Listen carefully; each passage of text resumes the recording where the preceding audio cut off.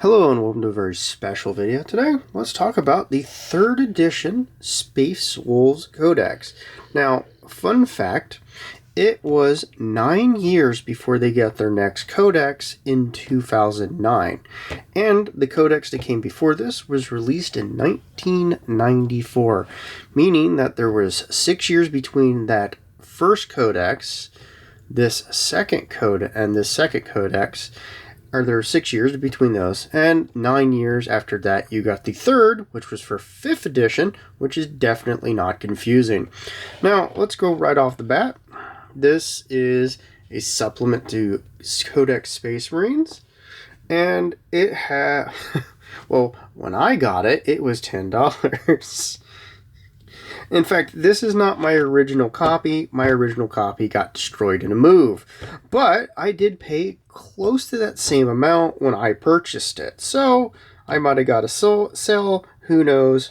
Maybe the owners like me. But it's a fun little book. You get your what's in here. And this is technically the first codex for Space Wolves I ever purchased. And let's go ahead and just go right in there. We're going to go look at the glorious little army with our man here, I guess, and some classic bikes. And one of my favorite sections of every codex, especially from this time, why collect Space Wolves armies, and a bit about Space Wolves, and a little sidebar here. We won't go over every single thing, but let's just take a look at some of this fantastic art. What's in the box? What's in the box? I mean, what's in the book? We got army list, choosing your army. We got this lovely little story with all these great sidebar arts. Am I the only one that thinks Space Wolf Scouts in the style of the classic ones would be really cool, especially if they use some of their John Woo action poses? And then we get into things like headquarters. Let me turn that out here. There we go. Headquarters. With our traditional Wolf Guard Battle Leader and Wolf Lord. Everybody liked Wolf Lords, you know. One of my favorites was the Venerable Dreadnought. Now, I had played some Space Wolves, but I never owned a Space Wolf army. It was more of a fantastic old piece of art. A thing that my brother... Oh, this is the other one I want to show you. Check out this fantastic scout right here. Would you not want a model like that? Why is there not a special edition model for him? And another classic bit of art. But my brother was a fairly big Space Wolves fan. So when I got this, I had got it primarily because, well, that cover, you know, looks pretty cool. And, you know, you can always try to help your brother out. So that's how I kind of went about this. We got our little armory section with our war gear. Man, don't you miss war gear. A bit about Space Wolves war gear in more detail. And I'm just skipping over bits. Tradition.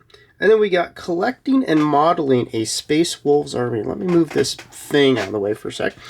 And we got all of our little bits. Now, these are from an older thing, but I want to pull your eyes down to here. Does that look familiar? Do you think for how long they've had this mold that should cost the amount it does? I don't think it should. But I think a where to begin section is always a win-win. And then we get a little breakdown on HQs, elites with fantastic little pictures. Actually, I kind of like this layout they were going with these old books. I think it flows very nicely and seems fairly naturalistic. We get the using Space Wolf accessories. Yes, there are a lot of accessories with Space Wolves. Let me know if you guys know that pain. And then we got a painting section with a part about the great companies. But here's one I think they should just put back out on just a free PDF is this. This is just very useful. If you've ever dealt with painting little bits and insignia and sidebars and you're trying to like figure out all of that, that is just an indispensably useful thing. Now, one oddity about the old Space Wolves is that they could use the lemon Russ. And, I mean, come on. That is just amazing. They're naming the tank named after their Primarch. It's just great. And I get a little tactics section. Now, I'm just jumping around, and we're not going to show everything off, but we get some painted examples and a little bit of conversion in some of those cases. You know, you're always going to get that. We get the appendix, and then we get Wolf Lord Logan Grimnar. I always assumed he talked like that. Wolf Lord Ragnar Blackmane, who I believe my brother likes him the best. And of course, we get the Ulrich the Slayer, and then we get a good old-fashioned summary. Always a great little summary. And, I wanted to show you guys this bit right here. Warlords of the Fang. Wolf of the Wolf. Wolfity Wolf. Sorry, couldn't control myself. But, as old as this book is, it is fascinating to see something that pretty much gives the Space Wolves all their flavor, all of their information, and it does it in a format that, if we turn it around, is about that thick. Just to give you guys an example, I'm going to take my War Game Terrain book out and put it right next to it. And try to not let them actually look like they're one book. Just to give you an idea. And this is a very thin, as I hit the camera, I apologize, and knock other things over. Oh well, it's over now. But, a very thin book, and it did a lot of really interesting things. It captured the feel, the look, and all the gravitas of the Space Wolves. Love them, hate them, believe that they get all the attention these days instead of damn Blood Angels. Come on, guys. But, you know what? I gotta hand it to it. My Space Wolf bros out there, you were eating good for a long time, and you got that cool-ass Viking style to you.